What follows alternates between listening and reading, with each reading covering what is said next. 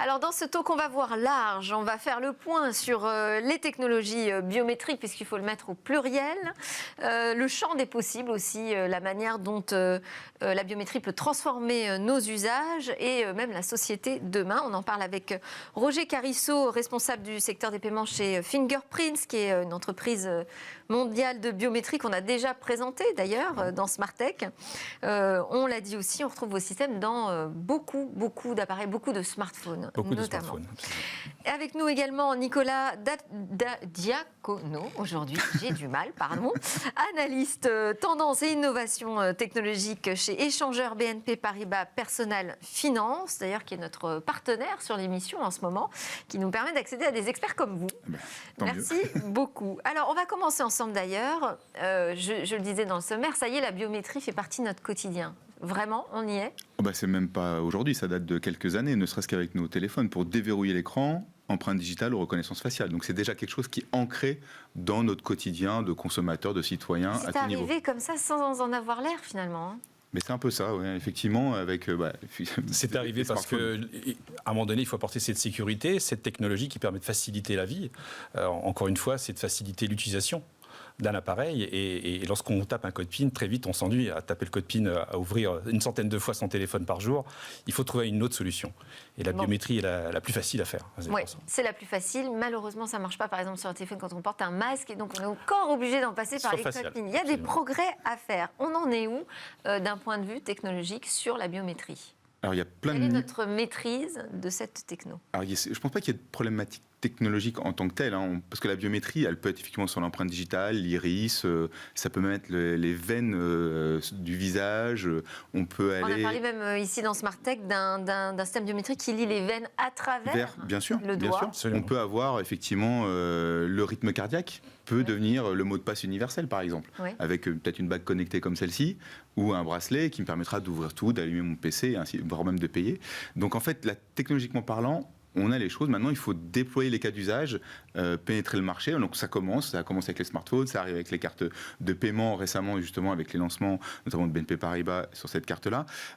Et ça va se démocratiser, ça va s'accélérer au fil du temps parce qu'on est dans la simplification de notre quotidien grâce à ces technologies-là. Parce qu'aujourd'hui, professionnellement parlant, on a une démultiplication des mots de passe. Moi, je dois en avoir 10.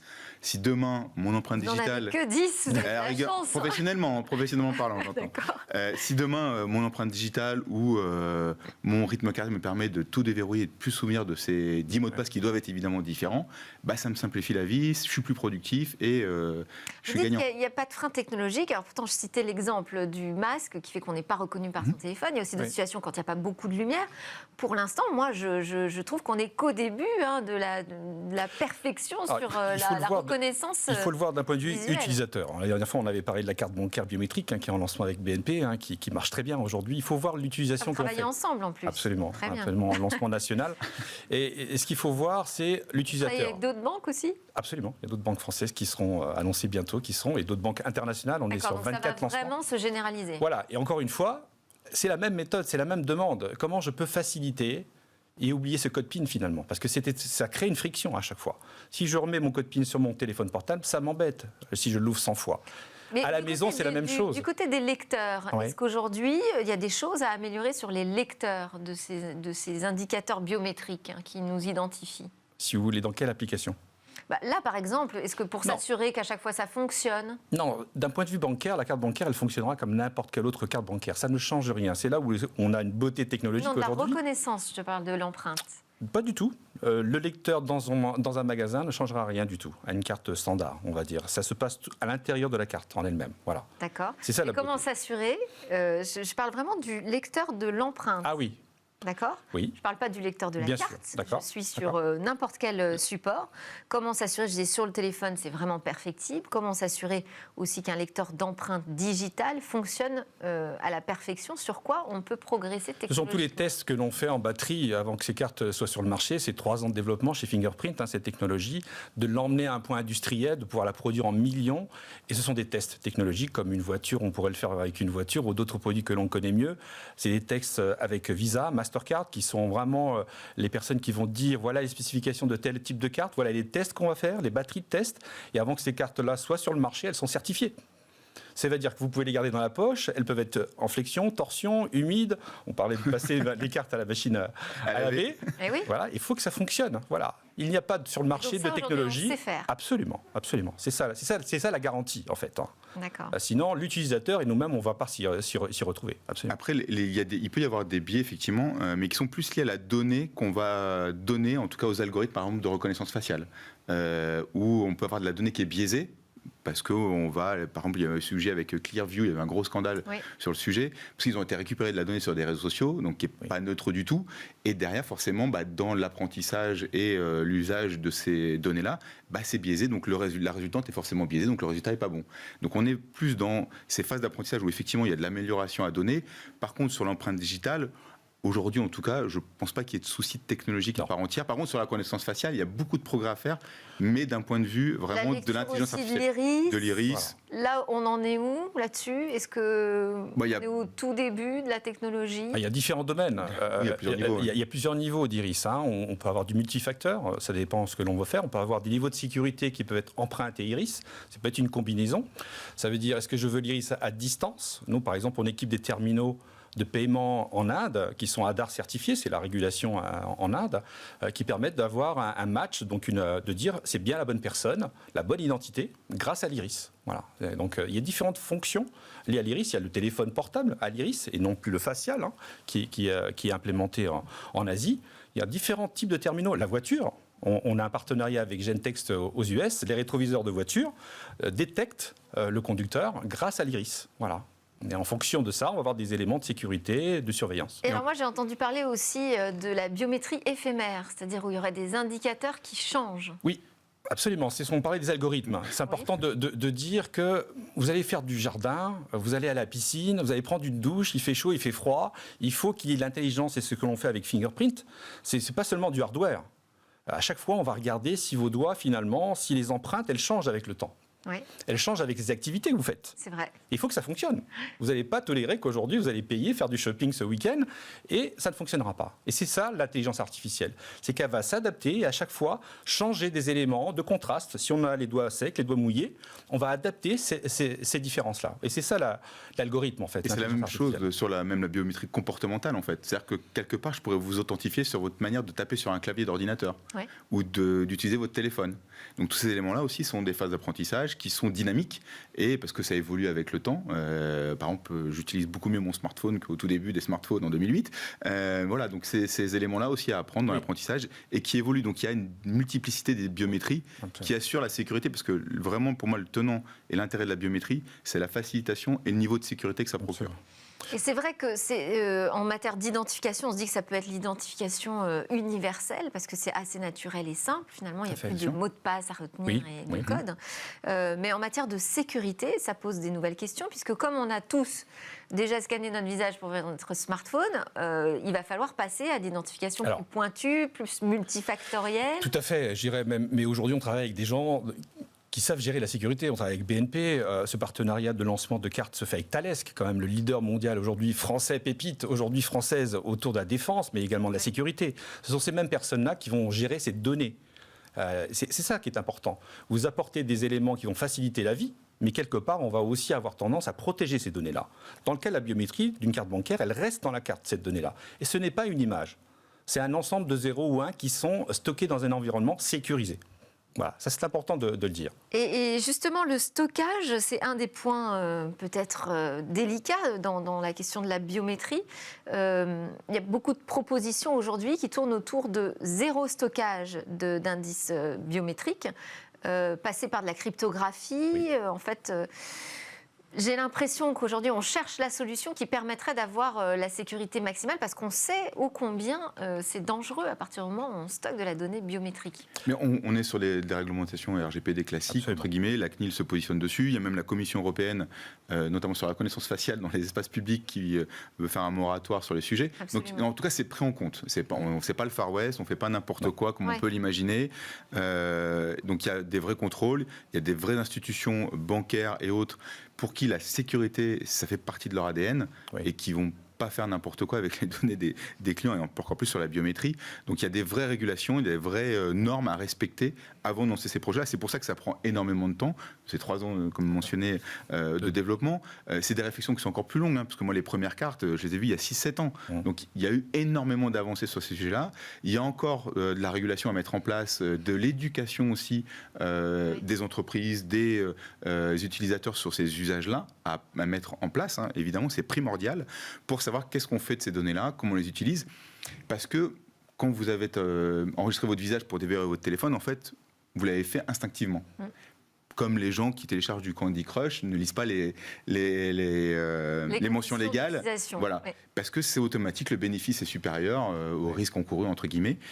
Donc là, il y a une forme d'éducation à avoir là-dessus. Et pour les visages, il faut savoir que malheureusement, il y a des nouveaux dangers qui apportent. Mais on va sortir un peu du sujet. Mais autour des deepfakes, par exemple. Sur ces sujets-là, on peut transformer vos visages, vous faire dire ce que je veux à partir d'une vidéo de 10 secondes. Mais aussi, encore une fois, la biométrie s'adapte. C'est pour ça que sur la reconnaissance faciale, on va utiliser justement savoir l'implantation des veines sous-cutanées. On peut faire de l'analyse transdermique sur ces éléments-là, la chaleur corporelle, l'état de stress, le rythme cardiaque, pour valider le fait que c'est pas une photo, que c'est pas une manipulation. Donc les algorithmes aussi s'adaptent sur ces authentifications. Alors ça, moi je suis passionnée par le développement technologique et en même temps j'aime beaucoup le questionner. Oui. Donc je trouve ça génial de se dire que justement on va de plus en plus loin et qu'on est capable d'identifier une personne de manière unique et que ça peut être la clé universelle pour s'authentifier. Et en même temps, ça peut faire très peur. Ouais. Jusqu'où on peut aller avec la biométrie? La peur n'évite pas le danger, comme on dit. C'est ça. Mais encore une fois, on a un environnement qui gère la donnée, qui protège, qui fait attention de dire comment on va utiliser cette donnée. On a les gens qui fabriquent, qui spécifient également ces régulations. Enfin, il faut savoir que l'identité, le facial et l'empreinte viennent quand même de nos cartes d'identité. On vient d'annoncer il y a quelques mois en France que la prochaine carte d'identité aura une empreinte. Enfin, c'est une bonne chose. Ce qui était le cas sur notre passeport. Voilà, absolument. Et le passeport, on se met au niveau avec la CNI. Que ça vienne sur d'autres marchés aujourd'hui bancaires ou que ça vienne de la maison, parce qu'on peut parler également de la biométrie, comment elle pénètre d'autres domaines de la maison, du smart home, pour déclencher une alarme. On a même aujourd'hui, on travaille avec des gens qui font de l'électroménager pour définir un profil d'utilisateur. On a les voitures connectées aujourd'hui qui font appel au facial, mais également à la reconnaissance fingerprint. Voilà, il y a d'autres domaines et on aura toujours cette même problématique.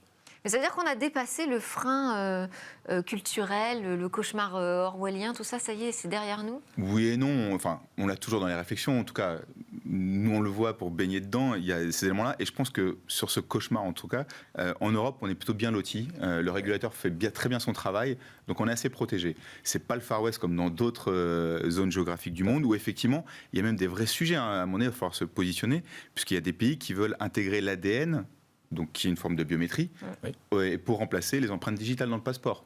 Et donc la nationalité. Donc dès lors qu'on arrive sur ces niveaux-là, il faut lever des vraies questions. Par contre, saut, là, effectivement, comme c'est évoqué, mon assistant vocal, que ce soit Google ou Amazon, peut me reconnaître à la voix.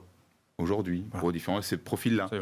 Nous, on le voit sur d'autres salons, sur l'automobile, où quand je rentre dans la voiture me reconnaît et il adapte tous mes réglages, musique, siège, hauteur du volant, automatiquement. Donc on est dans cette simplification. Absolument. Et le domaine de l'automobile, c'est peut-être celui qui va voir le plus d'avancées. On a aujourd'hui... parce que il y a deux autres. C'est j'ai une automobile, je ne veux plus de clé. C'est quand même un peu comme le code PIN. On veut tous oublier le code PIN. On est password de partout. On veut plus avoir de code PIN. La clé physique a disparu. Voilà. C'est un capteur qu'on garde dans la poche. Donc l'idée, ensuite, on va arriver avec ces nouvelles voitures qui vont être aussi pilotées, autonomes. Donc la difficulté vient d'authentifier le conducteur et d'être sûr qu'il est bien réveillé ou qu'il regarde bien la route. Oui. Donc s'il y a un problème d'authentification, il faut l'authentifier de façon différente, soit faciale, soit par l'empreinte. Mais après, il y a plein d'autres services qui peuvent arriver.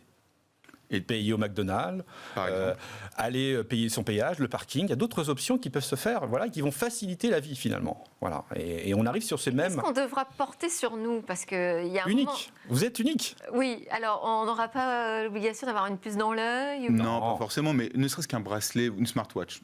Vous avez une montre connectée, elle prend votre rythme cardiaque. Un rythme cardiaque, il faut savoir que c'est unique à chaque personne. Alors, pas juste le battement par minute, mais des données sous-jacentes au rythme cardiaque, qui permettent d'être une clé universelle. Ouais. Donc demain, votre smartwatch ou un bracelet permettra d'ouvrir ma voiture, de la démarrer, ouvrir ma porte de maison, payer en ligne, payer en magasin. Moi, je ne porte pas de capteur spécifique. Ça veut dire qu'il va falloir des capteurs tout autour de moi.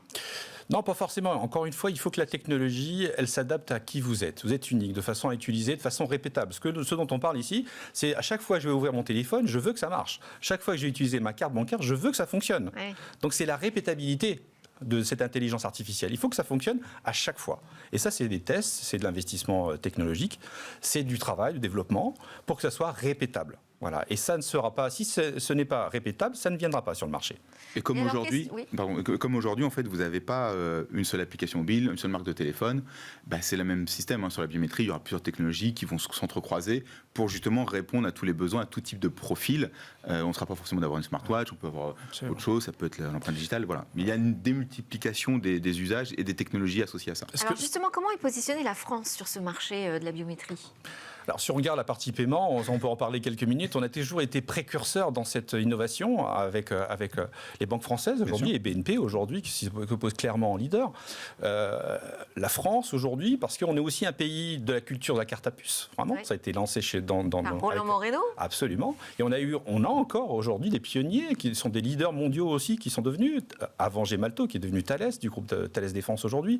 On a GND l'allemand également. On a Idemia également. Ce sont trois leaders qui sont nés quasiment dans la zone européenne et zone française, qui ont poussé ces technologies sans contact aujourd'hui, qui mondialement, avec l'effet Covid qui a accéléré ces paiements sans contact. Vous avez 50 €, vous pouvez payer jusqu'à 50 €. En Angleterre, ils viennent de passer au 1er octobre à 100 pounds.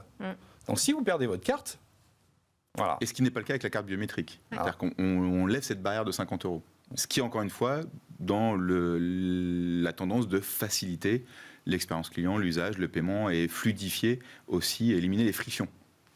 Bon, très bien. Donc, on a une carte sans mauvais jeu de mots à jouer en France sur ces technos biométriques. Merci beaucoup à tous les deux pour vos éclairages. Nicolas Diacono, analyste tendance innovation technologique chez Échangeur BNP Paribas Personal Finance, et Roger Carisso, responsable du secteur des paiements chez Fingerprints. On part en pause et ensuite on se retrouve pour la séquence Game Business.